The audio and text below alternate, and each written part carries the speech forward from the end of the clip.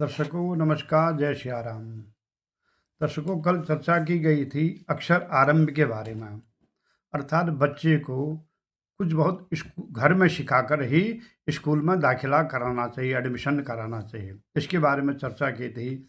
यह बच्चे की उम्र जब 4 साल कम पूरी होती है, उसके बाद 5वें साल में प्रवेश करता है, तभी यह कार्य कराना चाहिए। इस प्रकार का वर्णन हमारे धर्मशास्त्र में है। तो सज्जनों, अब आज स्कूल में किस दिन बच्चे का एडमिशन कराना चाहिए, इसके बारे में चर्चा करते हैं। अर्थात विद्यारंभ मुहूर्त जिसे कहते हैं।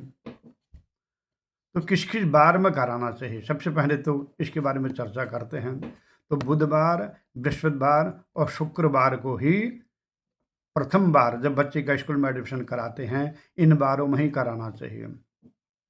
उसके बाद किन किन नक्षत्रों में कराना चाहिए, इसके बारे में चर्चा करते हैं। भरणी, कृतिका, मघा और तीनों उत्तरा नक्षत्रों को छोड़कर बाकी 21 नक्षत्रों में इस बार के दिन 21 नक्षत्र जिस दिन पे पड़े उस दिन में आप निसंकोच बच्चे का स्कूल में एडमिशन करा सकते हैं। तो सज्जनों, स्कूल में एडमिशन कराने का मतलब बच्चे का उसको अनेक विषयों में ज्ञान प्राप्त हो। एक ही विषय में अनेक विषयों में ज्ञान प्राप्त कराने के लिए हम बच्चे को स्कूल में एडमिशन कराते हैं। तो इसी के बारे में हमारे धर्मशास्त्र में चर्चा भी है। नृत्यावसाने नटराज राजो ननाद ढक्काम नवपंचवारम उद्धर्तु कामः शनकादि सिद्धा एतद विमर्शेषु सूत्र जालम। अर्थात स्कूल में एडमिशन कराने से पहले तो गणेश जी की पूजा की जाती है। और गणेश जी के बारे में जब वर्णन करते हैं, गणेश जी को गजानन भी कहा है। गौ माने ज्ञान, जौ माने जन्म, आनंद माने मुखमंडल। अर्थात जिस भगवान के विग्रह का दर्शन करने से, मुखमंडल का दर्शन करने से ज्ञान का जन्म होता है, उसे ही बोलते हैं गजानन, गणपति, गणेश। अर्थात भगवान गणेश की आराधना, पूजा या उनका आशीर्वाद लेकर ही स्कूल में एडमिशन बच्चे का कराना चाहिए।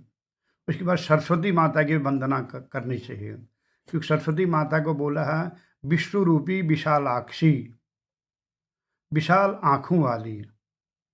अर्थात विद्यावान व्यक्ति को उसका विषय विशाल नेत्र होना चाहिए, अर्थात उच्च विचार वाला होना चाहिए, संकुचित विचार वाला नहीं होना चाहिए।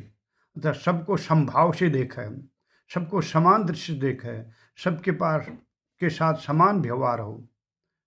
तो इसी उद्देश्य के लिए ही हम बच्चे का स्कूल में एडमिशन कराते हैं। प्राचीन काल में बच्चे को गुरुकुल में भेजा जाता था। केवल हमने धनार्जन के लिए ही, केवल धन की प्राप्ति के लिए ही हमने बच्चे का स्कूल में एडमिशन किया है। शायद इन विचारों से वह वंचित रह जाएगा, क्योंकि उसका मुख्य उद्देश्य धनार्जन करना ही है। तो सज्जनों, विद्या प्राप्त करने के बाद 3 स्तर के व्यक्ति होते हैं। एक साधारण स्तर के व्यक्ति होता है, उसने विद्या तो ग्रहण कर ली, वो साधारण तरीके से पास भी हो गया, उसके पास डिग्री भी हो गई, वो साधारण उसका विशेष उस विषय के बारे में ज्ञान नहीं होता। एक दूसरा व्यक्ति होता है जिसको उस विषय के बारे में बहुत अच्छी जानकारी होती है, बृहद जानकारी होती है, जिस विषय में भी उसने ज्ञान प्राप्त किया है। और तीसरा व्यक्ति होता है सूक्ष्म ज्ञान वाला, जिसको उस विषय का बहुत सूक्ष्म ज्ञान होता है। अर्थात आपने ख्याल क्या हुआ, जितने भी पंचांगकार हैं, जिनको पंचांग बनाते हैं, उनको ज्योतिष का विशेष सूक्ष्म जानकारी होती है, तभी वो पंचांग बनाते हैं।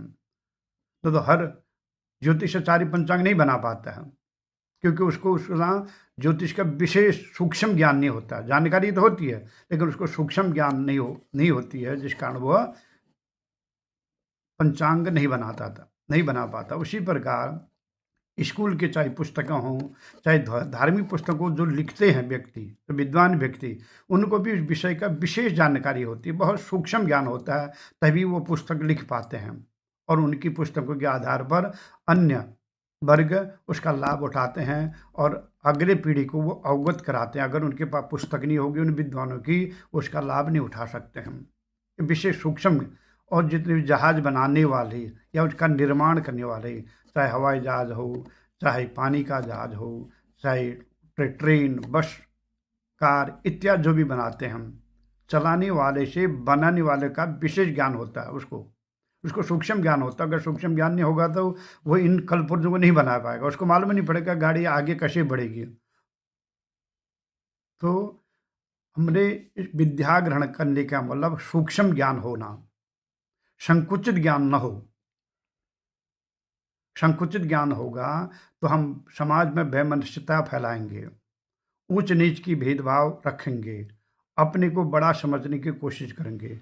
संसार में कोई बड़ा नहीं है सज्जनों, इस संसार में जो आया है सबका एक-दूसरे के प्रति काम पड़ता है। यहाँ अमीर की भी ज़रूरत है, यहाँ गरीबों की भी ज़रूरत है। अमीर का सभी अमीर हो जाएँगे तो उनके घर में काम कौन करेगा? और सभी गरीब हो जाएँगे तो किसके यहाँ काम करेंगे? अमीर और गरीब दोनों एक-दूसरे के पूरक हैं। बिना अमीरों का गरीब का जीवन नहीं चल सकता है और बिना गरीबों का अमीर का काम नहीं चल सकता है। इसलिए विद्या आप ग्रहण करें, बच्चे को अच्छी ढंग से विद्या ग्रहण कराएँ, उसको सभ्य इंसान बनाएँ ताकि वह अपना नाम भी रोशन कर पाए, अपने माता-पिता कुल का नाम रोशन कर पाए। इसी उद्देश्य से तो बच्चे को शिक्षा ग्रहण कराते हैं। तो सज्जनों, आज की चर्चा यहीं पर संपन्न करते हैं।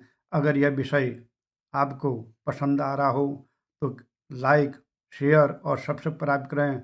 तब तक अगली वीडियो में फिर किसी विषय पर मिलेंगे। मुझे आज्ञा दें। जय हिंद, जय भारत, हरि ओम तत्सत।